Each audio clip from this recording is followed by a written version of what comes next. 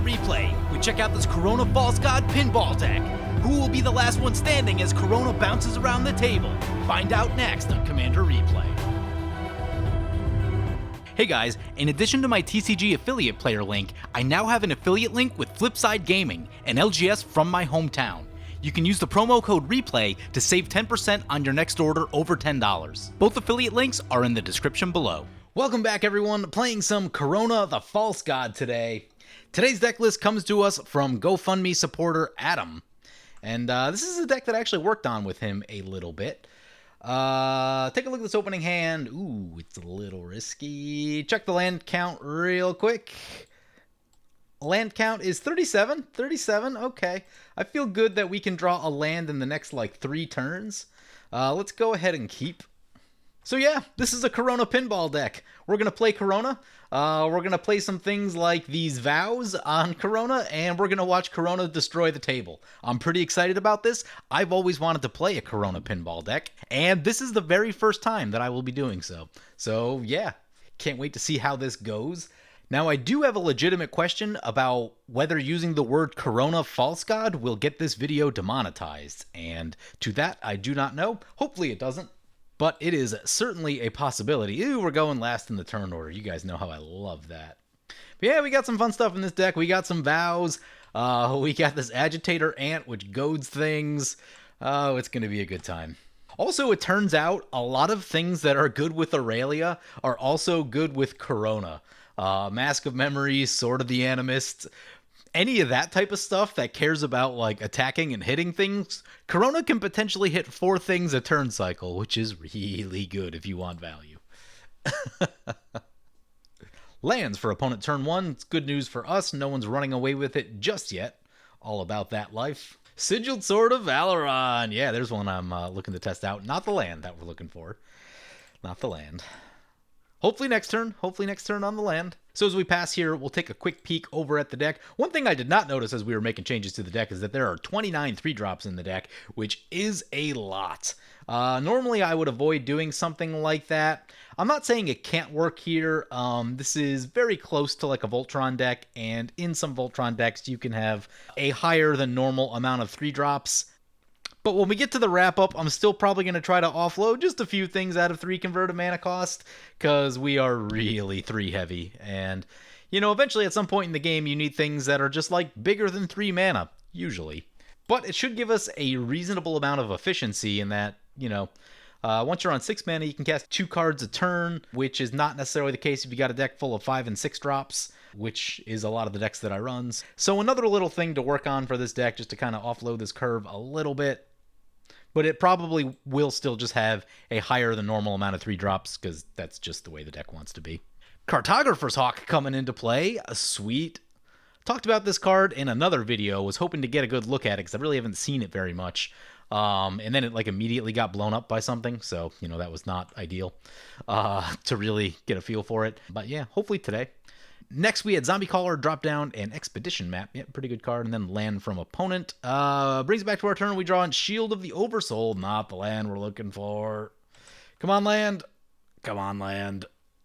There's also, like, a serious amount of mana ramp in this deck. And as I said serious right there, my Siri turned on my phone, which I literally never, ever use, so... My phone totally isn't listening to me all the time. That's not a thing that's happening. Anyway, Rhythm of the Wild coming down for opponent. I'm just going to stare at the lands and mana ramp section of this deck until our turn in hopes that we draw a land off the top here. That's what I'm doing. So Cartographer's Hawk swinging into the Mirri opponent. Yep. They take 2. Oh, so because opponent was first in the turn order, no one had more lands than them. So they hit with the Hawk, but it doesn't bounce. Too many conditions on this card. Why do they have to put so many conditions on it? If you're going with the fact that it's going to bounce itself every time it hits, I don't think it should have the more lands than you condition also. I think you've got to remove one of those conditions. Either it doesn't bounce itself, or it has to hit a player that has more lands than you. That's so limiting. Like, I get it, Smothering Tithe is like a little too strong, but this is a little too safe. Oh, man, yeah. Yeah, they got to do white dirty like that. Here comes a mana crypt for opponent. That's going to kick him into high gear. Oh, that's a Breya deck? Oh god, what? I don't know what kind of juice we have for Breya in this deck. Hopefully we've got something. Joyra's familiar coming into play. Yup, getting that party rolling over there. Oh, at least it's KO playing Breya, so it'll probably be an off-meta Breya build with him piloting, because that's his style. Oh, we draw a Wheel of Fortune. That's not at all what we want. Wow. Oh, we're on 8 cards. All right, what are we getting rid of? Probably a Vow. You only need so many vows, right? 2/2 first strike. What's this one do? 3/3 and trample? 3/3 and trample's pretty cool. Oh, we have a Reliquary Tower. We don't need to discard. Haha. Oh, Magic Online. 37 lands. Lots of ramp. Can't draw land. Can't draw land. There's a Kodama's Reach for opponent. It's going to put them ahead, and will certainly turn off their Cartographer's Hawk. I so badly want this card to be good, but opponent going to swing our way. Just don't think it's getting there. Like it. I guess the question I have is like, it's a Commander 20 card. It's in a Commander product. It's not in Standard. Why play it so safe? If this were a Standard card, sure, I could see needing to keep it under wraps a little bit, even though that's like not what they do with like most creatures in Standard now. But, you know, as a Commander card, why? Why? Here comes Mirri for opponent. We'll take a look at what opponents are playing, by the way. First up, we have Milk and Cheese 1, aka Sean, piloting Mayael the Anima. He said it's like a 40 creature deck, so just spin the wheel, hope to get something big. That's what he's going to be doing today. Personally, Mayael's never really been my favorite, even though I do love big Timmy creatures. I don't like that ability to whiff. You know, I've been playing Winota recently, and Winota hits one additional card, and you can run probably more creatures in the deck because they're generally cheaper, and you still whiff. Out of 10 triggers, you're probably still going to whiff on like 2 to 4 of them. And that's not ideal, especially when you're paying 6 mana to activate this thing. Now, there's some things you can do to make that a little better. You put Illusionist Bracers on there and you get 2, and, you know, you're likely to hit something with it. But from what I've seen, I think the way to go with Mayael is be a ramp deck first, use Mayael for kind of the late game, I think is where you want to be these days. But just my thoughts on it. Next up, we have Zombie Caller 42 piloting Mirri the Cursed, a sweet little commander out of Planar Chaos. Just a card that I've always really liked. I don't get to play it very often. Cares about doing damage to creatures, got flying and haste. Not a lot of black cards out there that has that set of keywords on them. Flying, first strike, haste. You know, feels very Boros-y in nature, but does have the vampire ability on it, which is cool. But we'll see what they've got going for us today. And then finally, as we talked about a little bit, Chaotix 2075 piloting Breya, Ethereum Sculptor, and he's got a Pilgrim's Eye on the way. Gonna trigger the Joyra, which he also got in, so he can draw himself a card. He's got some cost reduction. Yeah, he's got a little bit of an engine going over there. It is not super ideal. We'll see who brought board wipes, because this is probably something you should blow up. Maybe not like this turn, you can probably let it go one more turn, but if Breya comes down like in the next turn, then you gotta start thinking about getting rid of all this stuff. And based on how things are going for us, it's probably not going to be us doing that. There's the land. All right, so unfortunately, instead of getting ahead with the Kodama's Reach, it's just going to keep us even with where we're supposed to be, which is unfortunate. But we'll play the Kodama's Reach. What do we need? We need 5 colors of mana with this thing? Oh, woof. We've got 2 currently. We're going to need a double green for that Harmonize, which is probably a thing that I'm going to want to do. So let's get a green. And we've got red already. We only have green and red cards in hand. That one can be white. Looks like we got a double black in the deck. Bunch of white cards in the deck. I'm going to go for the plains, I think. Get that onto the battlefield. And we'll pass like that. I think there's more white cards in the deck than there are black cards in the deck, so that's kind of where I'm at. But we still have the Reliquary Tower, so we don't have to discard the hand size. We do have 8 cards. And next turn, we can drop down the Harmonize. So that should hopefully keep us on top of the lands. Just give us a lot of options to play stuff, which will be nice. Kind of going back to it, the Cartographer's Hawk. So I've talked about it with Burnished Heart. With Burnished Heart, even though you can spend turn 3 and 4 just tapping out to play a Burnished Heart, on turn 7, 8, and 9, it doesn't matter. The only thing that matters is that you got those extra lands. I could see Cartographer's Hawk working in a similar vein. In the later turns, it doesn't matter how you ramped as long as you ramped, but I'm still getting the feeling that this thing is just a little bit too conditional. I think a lot of the time I would just take a Burnished Heart over that because you just, you know, yeah, it's slow. I get it, but you can reliably get the lands. And, as the game gets later, if you don't have haste on the Cartographer's Hawk, it's actually going to be pretty hard to, cast it, get it going, do the thing, where Burnished Heart is much easier to sack late if you've got some extra mana laying around and, just get that value for your next turn because, with the Hawk, if it doesn't have haste, you got to cast it, wait a turn, then attack, get the land tapped, and then you have to wait another turn. So it takes 2 turns to get that benefit. And on turn 10, you're not necessarily going to get 2 more turns in the game, where the Burnished Heart, you can sack it that turn, and then, I get it, it's 6 mana, that's a lot, but, you only need to wait 1 turn to get the benefit. So it's just, so badly want it to be good, but it's just, I don't know, why does it have so many conditions on it? Mirri gets a Blackblade Reforged equipped to it, gonna swing into Chaotix. They're gonna block with a Pilgrim's Eye, and that'll put some counters on the Mirri. In all likelihood, he probably should have just attacked us. That's a lot of commander damage to leave on the table. I get it. You know what the problem is? So, I play a lot of Voltron decks. If you're in a really casual setting, Voltron decks are not necessarily where you want to be. As fun as they are, basically 1 or 2 hitting people out of the game is, not super fun all the time.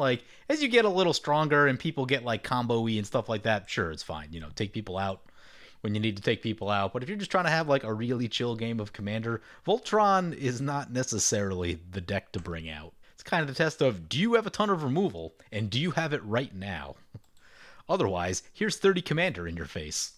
If nothing, we'll see what we draw. If we draw a land, we can probably wait on the Harmonize for a second. I think it's going to make a lot of sense here to just, get a vow on this Mirri and watch it do wild things.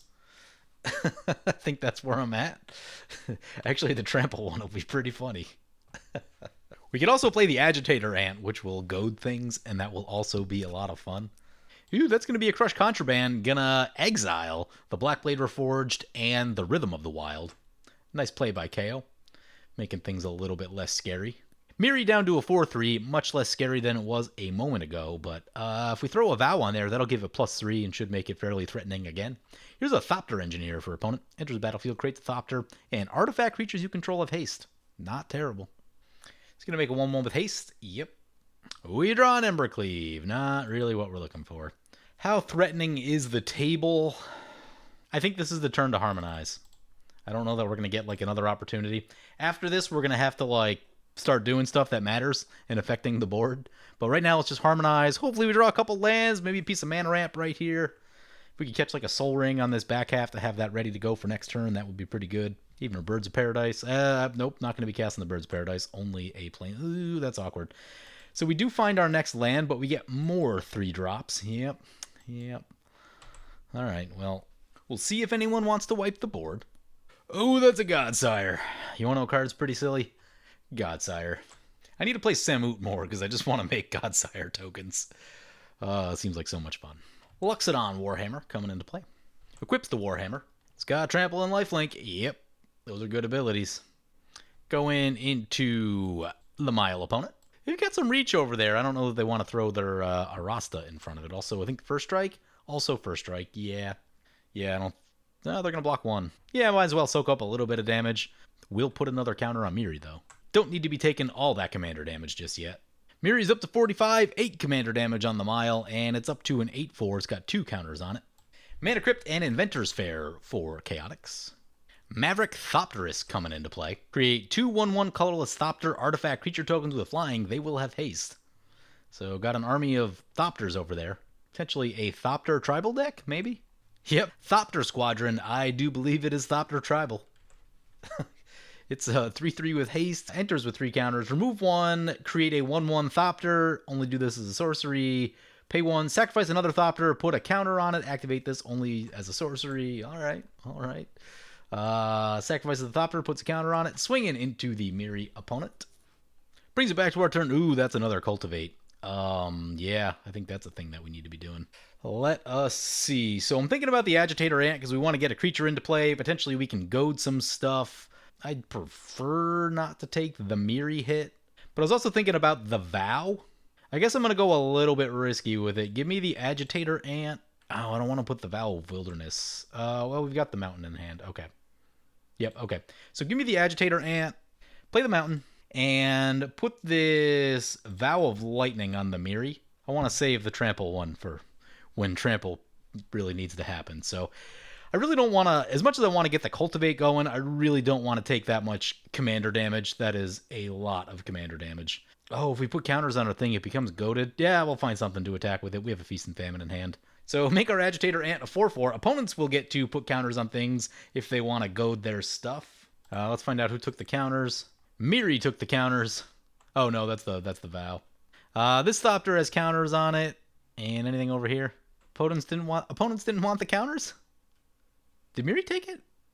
Oh yeah. Attacks a player other than Despair Faction of Fable. Yep. Okay. So Mirri took the goad and the counters, and KO took the goad and the counters. Goad, so good. Here comes, a Jazal Goldmane. Yono card can get out of hand given their mana situation. That card. Opponent does tap the Godsire, makes an 8/8 Beast token. 12/8 Mirri on the loose with Lifelink and Trample and First Strike. And flying. Our Agitator Ant is now hiding behind this Vow of Lightning. Read the Bones for opponent triggers the Arasta. Sure. A Blood Artist for opponent. That's not good. There's a lot of creatures on the battlefield. That is actually a legitimate problem. Oh, and a Necropotence. Opponent can draw a bunch. Opponents can activate the Necro a bunch of times. Mirri swinging into the Naya opponent. It's a 12/8. A lot of keywords on there. They've got some amount of creatures with reach. I don't know how many they want to throw in front, though. Ooh, gonna throw a Rasta and the bird and the spider. And, ooh, yeah, they're throwing everything in front, so this is gonna be a lot of creature removal. Mirri will get huge. I think it's gonna kill all this. I don't know if opponent forgot about the First Strike, or if they're just trying to soak up as much damage as they possibly can. It's gonna trigger Blood Artist a bunch, too. Eee. Blood Artist and Mirri trigger 4 times each. Blood Artist our way. Cool. Guess we haven't really taken that much damage yet, but this will put us down to 34. Soaring off the top, and we can do some potentially wild stuff. We could go Feast and Famine and Cultivate, but I don't think there's anything else in the deck that would allow us to do that all in one shot. Opponent gets 4 Necro triggers at the end step. Mirri is up to 16 power. Mana Crypt Inventor's Fair trigger for Chaotix. Loses the flip down to 32. Bloodstain Mire. That's the damnation, so everything gonna get blown up right here. I am good for that, because lots of problems on board right now, but needing this game to slow down a little bit. A lot of times I feel like I'm the only one that brings board wipes, so I'm very happy to see this go off, since we didn't have to play it. Will give us a chance to get the Cultivate in and kind of just do some other stuff, kind of get ourselves set up for the next few turns. Many Blood Artist triggers. Let's see where they want to point those. Sean saying he was going to swing back at Zombie for like 34 without the board wipe. But yeah, the other problem is the Blood Artist. Like, that's so many triggers. Are these all on us? Cool, we're going to go down to like 20 probably. Yep, down to 20 exactly. 14 triggers. Awesome. Awesome. We do have some life gain in the deck. I don't know that there's tons and tons. Loyal Apprentice into play. Yeah. Yeah, that's a good one. They do need to get their commander, though, to get the Thopters. Loyal Apprentice into the Mirri. Sure, does have haste. Down to 63. Ooh, that's a Propaganda. That's going to be helpful. Play the Cultivate. What else are we playing this turn? We probably want to get the Propaganda in for Mirri, for anything else that might come in with haste. If not, we have some other colorless stuff we can play also. So we get our last 2 colors of mana, get a Swamp, get an Island. Put the Swamp in tapped, drop the Island, play the Propaganda. These Cultivates and Kodamas keeping us alive, keeping us from falling behind too much. I feel okay after that one. We can, like, probably start to make a few plays a turn. I'd still like to see a land off the top at some point. Can't do much after that, so we will pass. Mayael the Anima coming into play, sure. Yeah, after the board wipe is definitely Mayael time. Helps to rebuild. He is down to 2 cards in hand, so this is a pretty good situation for Mayael. They do need to untap with him, but, you know. Here comes a Johnny Strength of the Pride. It's going to create a 2/2 Cat Soldier that whenever he gains life will put a +1 counter on a Johnny Pride mate. Opponent does have a Cabal Stronghold in play with Urborg, so yeah, they're getting some extra mana right here. And it will make it much easier to recast stuff. Although Mirri goes to the graveyard. Didn't see that coming. They have a Reanimate or something? Living Death? It's a Rise of the Dark Realms. Cool. See who's got more removal. Cyclonic Rift is like one of our few pieces in the deck. Yeah, it's not amazing. It's not amazing. Yeah, I think we need a bit more removal in the deck. We do have Bloodthirsty Blade, which, you know, more goad. More goad is nice. Ton of ETBs for opponent. Vampiric Tutor for opponent. Awesome. Problem 2 is Blood Artist is back. Opponent's going to Necro a few times. Yep. All legal attackers into KO. This is going to hurt a little bit. Probably about 10 damage, give or take. Looks like 12. Goes down to 19. We'll need another board wipe. Do we have Homeward Path? No Homeward Path. Homeward Path would be sweet right here. 2 Necro triggers, Agitator Ant trigger. Cyclonic Rift. We are live to a Cyclonic Rift because that'll get us around the Blood Artist. We'll get our stuff back. Opponents get all their stuff back, which is like not the best, but you know, if a big lethal attack's coming our way and we need to dodge these Blood Artist triggers, that's how you do it. KO loses the flip on the Mana Crypt, down to 16. Does not have Metalcraft for the Inventor's Fair, so he's basically at the mercy of whatever he drew off the top. It's a land, so probably has to go for his commander right here. So Breya comes into play, gets 2 Thopters. He's got 6 mana. He's going to make a Loyal Apprentice token on his combat step. So he can activate that a couple times, which could change attacks a little bit. This is not a board state you want to play Karona into necessarily, though, but I don't know that we have like a ton of other options. Loyal Apprentice into Mayael. Ooh, awkward. Tap land. Karona is not the answer. I'm thinking Wheel of Fortune, honestly. But what's probably going to happen, because we haven't drawn that many lands, we're probably going to hit a giant pocket of lands. I guess play the Guildgate, play the Wheel of Fortune, hope for the best. Arasta will trigger. A lot of cool stuff that I didn't really want to give up, but we need answers. Permanents you control, gain hexproof and indestructible until end of turn, does not protect us from Blood Artist. Yep, there's the pocket of lands I was talking about. Cool. So awesome. Thank you, Magic Online. Really appreciate that. It's like 4 lands in the top 20 cards. And then 4 lands in the next, like, 7 after that. World Spine Worm gets shuffled into its owner's library. We don't have a lot of options here, so I think it's going to be... Well, we could cast Karona. No, are we 1 short? I think we're 1 short. Yeah, we're 1 short. That being the case, let's get the Sword of the Animist into play and just leave up the Heroic Intervention. That's about all we can really do. Hope Sean's got an answer. Opponent had to exile a bunch of things because of Necropotence. Toxic Deluge down, Grey Merchant down, Nightmare Lash down. Yep, Tainted Remedy down. The Wheel also counteracted the Vampiric Tutor, which was something I was thinking about. Kind of wish we played the Sword, though. Sword would have probably been a good idea. We have a Hana Ship's Navigator to be able to get that back, but this game needs to slow down a lot for that to be a thing. There's a Tristani. Tristani is not a board wipe. Opponent just messaged me, comeuppance in hand. Well, we'll see how this goes.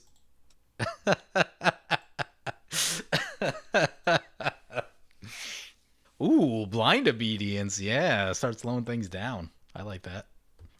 Means that's going to make Karona pretty awful. Pretty awful. Ajani, Strength of the Pride. Going to gain life equal to the number of creatures they control, plus Planeswalkers. Okay, that's a few. That's a few. Whenever you gain life, put a counter on the cat. The cat's going to get a little bigger.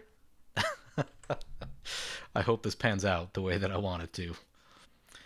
Johnny's probably making a swing into Chaotix, probably just sending a little Poxies back their way. He's got the comeuppance, so he's safe. I don't know about the rest of us, though. One thing to think about is that, like, if either player dies and we survive, opponent will lose some number of creatures into that.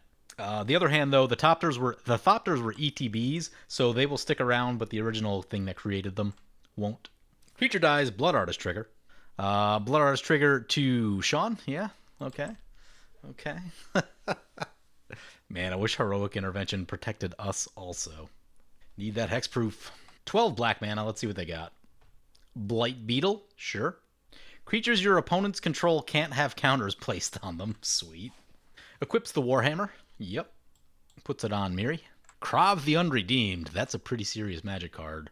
Luckily, opponent tapped out their mana, so they can't do shenanigans in response. But they could potentially sack a lot of stuff just on the front half right here before combat. Haven't counted, but it'd probably be just about lethal if they sent all the Blood Artist triggers our way. Here comes the partner trigger. Yep. How he attacks can matter quite a bit here, though. Ooh, another interesting thing is that Blood Artist is life loss, which comeuppance does not prevent. Opponent sacrifices a bunch of things to Krav. So he sacrifices a lot of the Thopters, which is actually good because if like KO goes down for some reason, that means he's going to lose some things. He's not going to have like a ton of staying power. If Sean goes down for any reason, he's going to lose a bunch of stuff too. Okay, only one Blood Artist trigger our way. Maybe he figures he has enough damage in the air after that. So Mayael down to 18.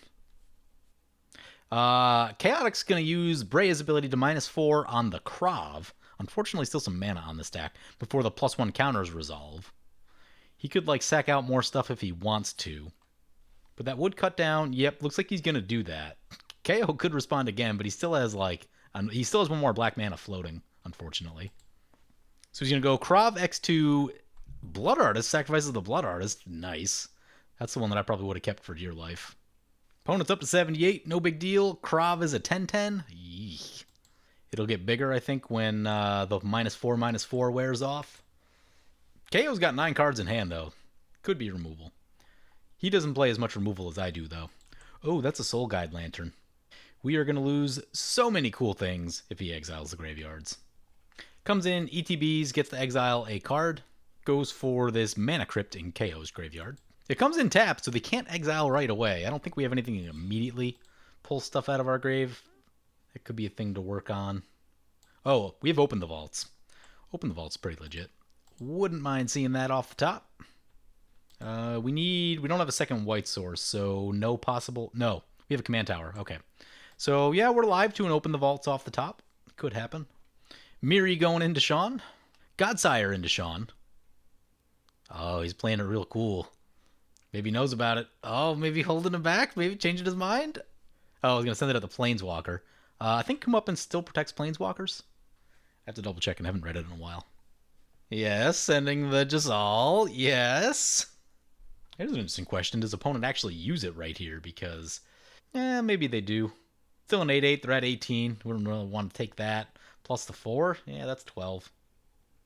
Yep, here it comes. Comeuppance triggers Blind Obedience, triggers Arasta.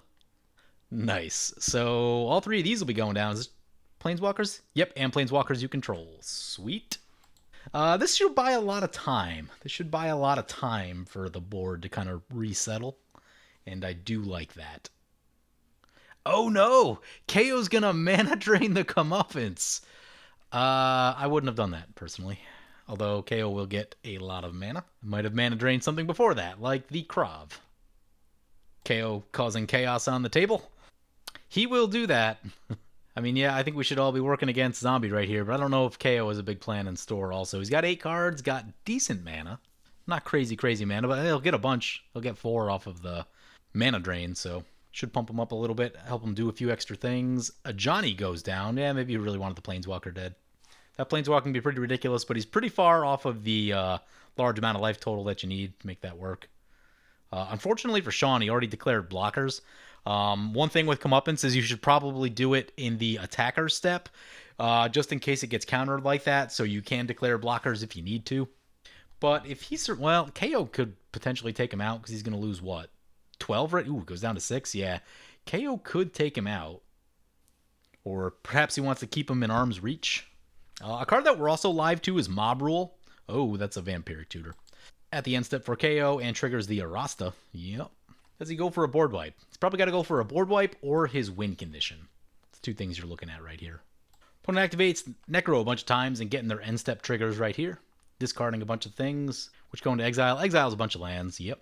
Mana drain time. Yep. That's an austere command. All enchantments, all creatures with CMC 4 or greater. We're going to lose our propaganda, which is unfortunate. There's a lot of cheap creatures on the board still, though.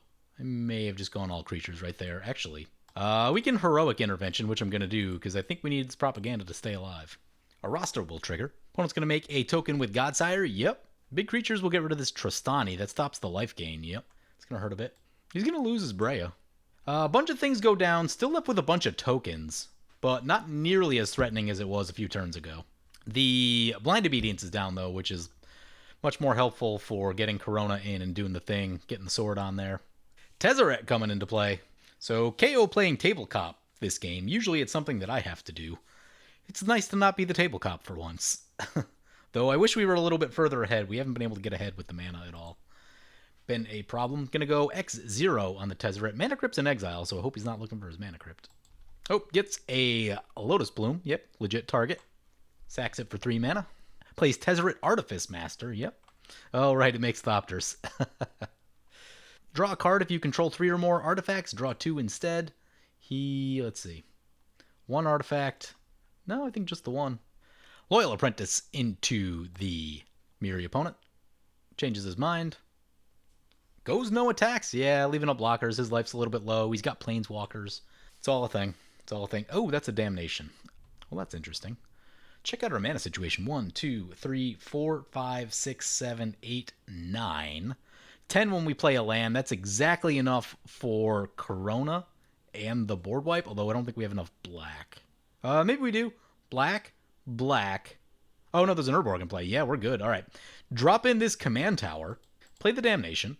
Problem is we won't be able to get the sword on there, and that does make me disappointed. Play our commander. It's Karona time. Under normal circumstances, I would probably take Sean out, but I really don't have any reason to in this moment. I'd probably also attack a Planeswalker typically, but I don't think I'm going to do that either. I think it's just straight into the Mirri. They're so far ahead. Goes to combat with the Karona. It is an Avatar. We want to remember that as this trigger goes on the stack. We will choose Avatar. So the board wipe showing up just in time. I didn't see Damnation when I was looking through earlier, so I was getting pretty nervous. I'd probably still add a Blasphemous Act to this deck. Maybe like a Blasphemous Act and a Volcanic Offering, just to have a teeny bit of removal. I know it's a Pillow 40 kind of deck and you want to watch opponents kill each other, but I'm thinking maybe just a touch more removal than it's got, just to keep yourself safe. So Karona upkeep trigger. Opponent will gain control of it, and it will become untapped. Azusa coming into play, yep. Drops a land. Drops another land. Questing Beast, nice. Questing Beast can kind of deal with those Planeswalkers. I kind of left him be, because, you know, whatever. We need to get some commander damage on Mirri over there, but Questing Beast can clean up the Planeswalkers, and that sounds nice. Deals combat damage to an opponent, deals that much damage to target player or Planeswalker. Karona's going to get the trigger. Which one do they choose? They choose Beast. They can take down... Well, we'll see. We'll see. Yep, chooses Beast. Okay. So the Beast is a 7/7. Unfortunately, they're sending both at Mirri, so this won't take down either of the Tezzerets. It's going to be a big old chunk of life, though. Puts him on 13 commander damage. And down to 66. Has Vigilance? Why does it have Vigilance? There's so many abilities in this thing. 6 abilities on a 4-mana 4/4. What? Karona trigger. Mirri coming back to play. Kind of a lot of targets, so he can equip the Luxodon Warhammer still, and that's a thing, and he's going to do so. That'll put 6 power on Mirri. He can get 3 more off the Karona if he chooses to go Vampire or Cat. And that's a pretty significant amount of damage, so this would be lethal on Sean, but then there's also the Planeswalkers to deal with, so, you know, he's kind of in, not the greatest spot, and just that it's coming at him from all angles, and that's not ideal, especially Karona has the ability to be you don't want to be going arch enemy against a Karona on the field, because crazy things can happen. Opponent's going to exile everyone's graveyard. Yup, that goes down. So all of our beautiful, beautiful equipment's gone. I should have got that Feast and Famine in. I really wish I played that. That would have set up some ridiculous turns. Unlikely a target creature gets 2/0 and indestructible. Okay, interesting. Got 8 damage. Maybe just trying to get a card out of his... No, Necro's gone. So we can't just draw like crazy anymore. Not yet sure what the plan is. He's got 2 open mana, so we can pay for Propaganda, which I do not love. So there could be a pretty big Mirri coming our way. On the other hand, Mirri's also a really good blocker with First Strike and a huge amount of power. So, he's got to be careful of us just backswinging with Karona. Karona swinging into us. Mirri into Sean. Pays for the Propaganda. Not ideal. Gets the trigger. I'd imagine they go for Avatar right here. No blocks for us. So no one touching KO's Planeswalkers right there. Sean goes down. We go down to 11. Ooh. KO's going to gain control of Karona. Yep. Let's see how he wants to play this. At 13 commander, plussing Karona would be lethal. If he doesn't kill us, we can at least take out Zombie. Going to go X0 again on Tezzeret. How many 0 drops does he have? Gets a Seat of the Synod. That makes sense. I think we got to watch out for is just Breya damage triggers. We don't really have an answer for that. Well, we don't have an answer for a lot of things in this moment, but efficient construction. Yep, whenever you cast an artifact spell, create a Thopter. Emery coming into play. Yep. is not an artifact spell, but will mill 4. Sword of the Meek coming into play. Oh boy. That'll create a Thopter. Draws cards with Tezzeret. Now has Metalcraft. Goes up to 4 cards. If we drew a piece of spot removal off the top, there's a chance that I might let Mirri go. Demonic Tutor. Is he running the sword combo? Bloodthirsty Blade off the top would be pretty funny. Another Vow could be very interesting. Karona trying to swing our way. Does not have the mana. Goes no attacks. Brings it back to our turn. We regain our Karona. Oh, the land. Ouch. All right, play Tropical Island. Oh. How many cards do we need to draw to hit something useful? That's the question. Let's try this pull from tomorrow. Ideally, we leave 2 for the sword, and then we leave like 3 for a Vow, which means I think we can tap 1 more. Yep, all the lands. There they are. Wow. Knew it. Knew that was going to happen. Oh. Discard a Guildgate. Equip the sword. Cool, opponent takes our offer. I'm not going to attack them. And the deal is that they don't attack us or point things in our direction. See how this pans out. Probably... I don't think it matters what we're going to attack because it's probably just going to get eaten by a Thopter. But we will try Tezzeret right here.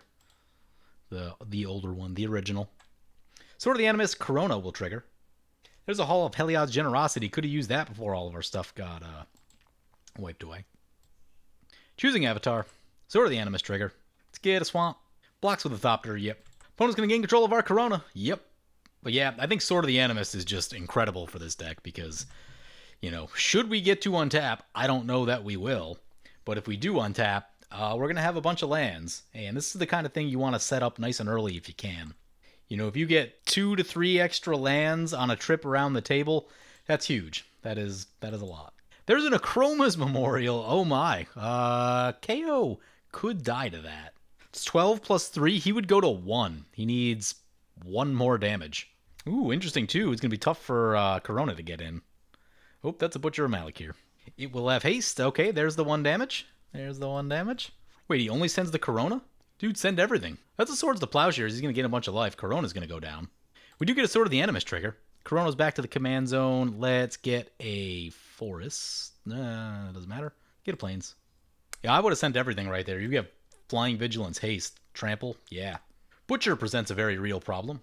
Using the swords on the Karona means he does not have swords for the Butcher. He will need to make a lot of Thopters. What's his graveyard look like? Not too much. Graveyards did get exiled. There's an Ethereum Sculptor in there. Plays a Mirren Spy. Whenever you cast an artifact spell, you may untap target creature. Oh, that's interesting. It's going to 0 the Tezzeret again. Other artifact land, probably.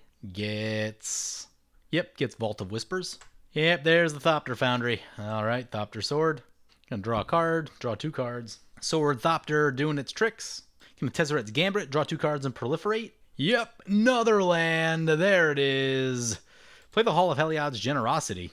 Recast our commander. Knew it was gonna happen. Knew all the lands had to be somewhere. Cast Karona, put the sword on it. Swing into KO. We go to his... I don't think it's gonna matter. I mean, he's just gonna block with a token. Sword of the Animus, Karona will trigger. Choosing Avatar. I mean, I guess it's frustrating too because we definitely shuffled the deck a couple times with Cultivate and Kodamas. And there shouldn't be nearly as much clumping. After that, yeah, I guess just take a mountain, I guess. And pass.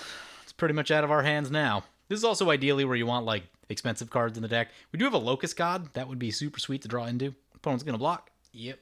Kind of wish we saved the pull from tomorrow. Didn't know we were going to be able to get into a stall situation. Had I known that, would have held it and really gone X's a lot because I kind of knew that we were going to hit this pocket of lands somewhere. Ugh. Karona trigger for opponent. They gain control of it.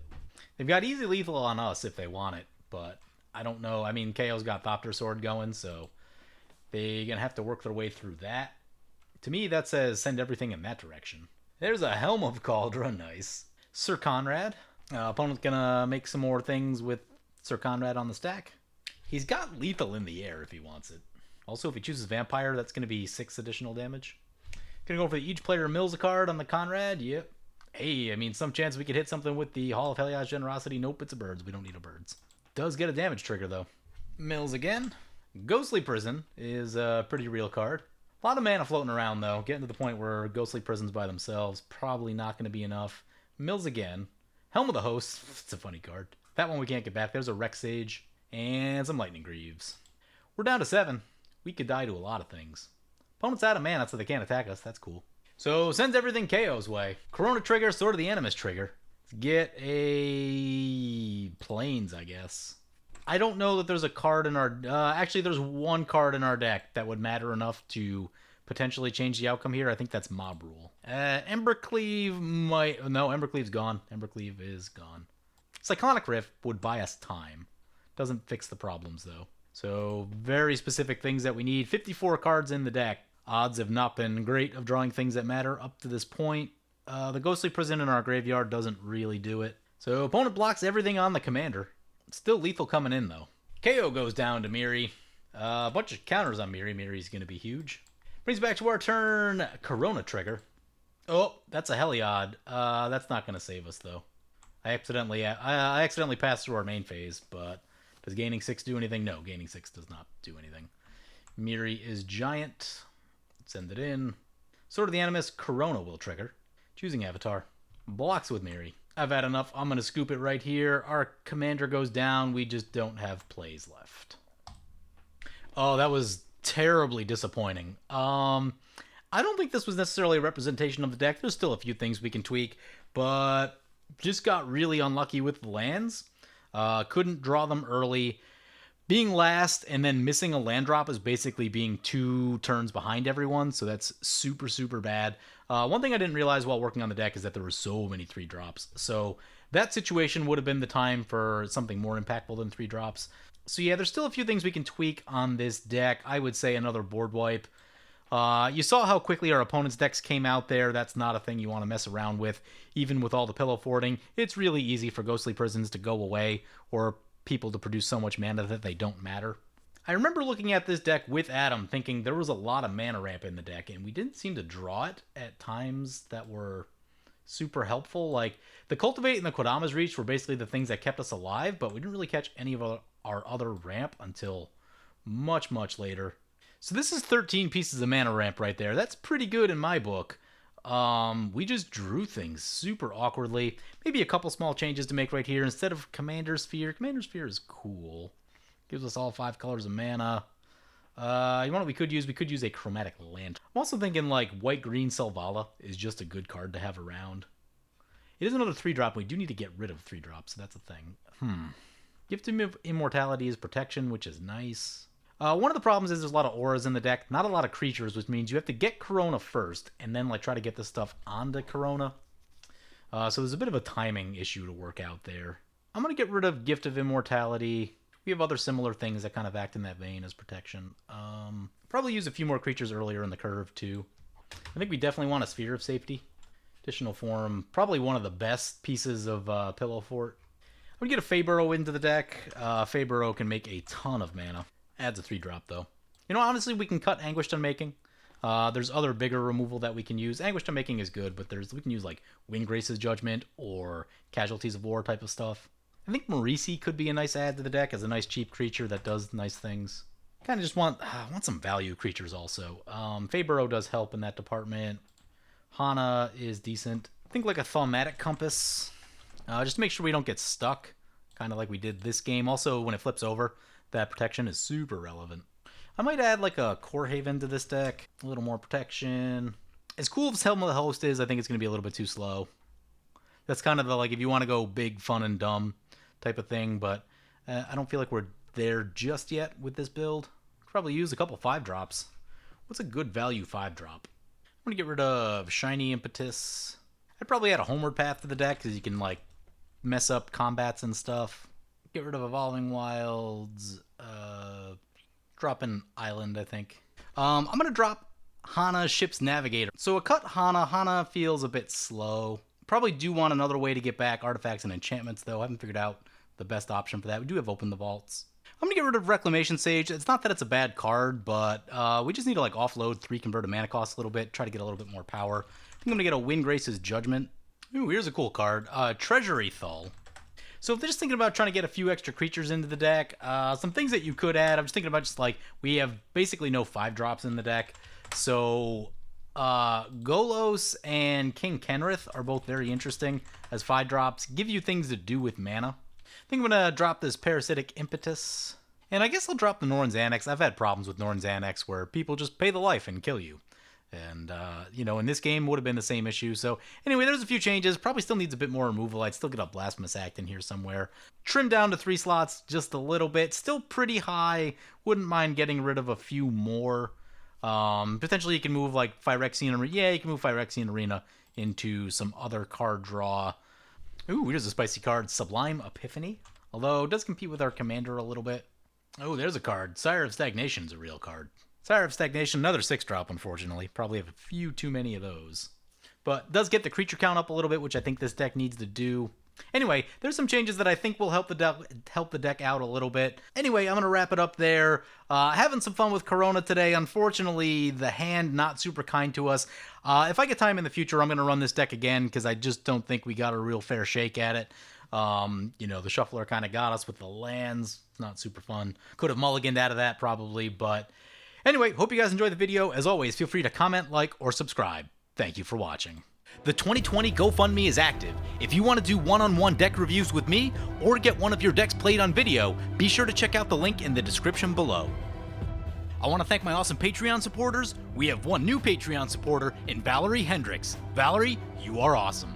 If you want to help support the channel and vote on which decks I play next, feel free to check out my Patreon at the link below.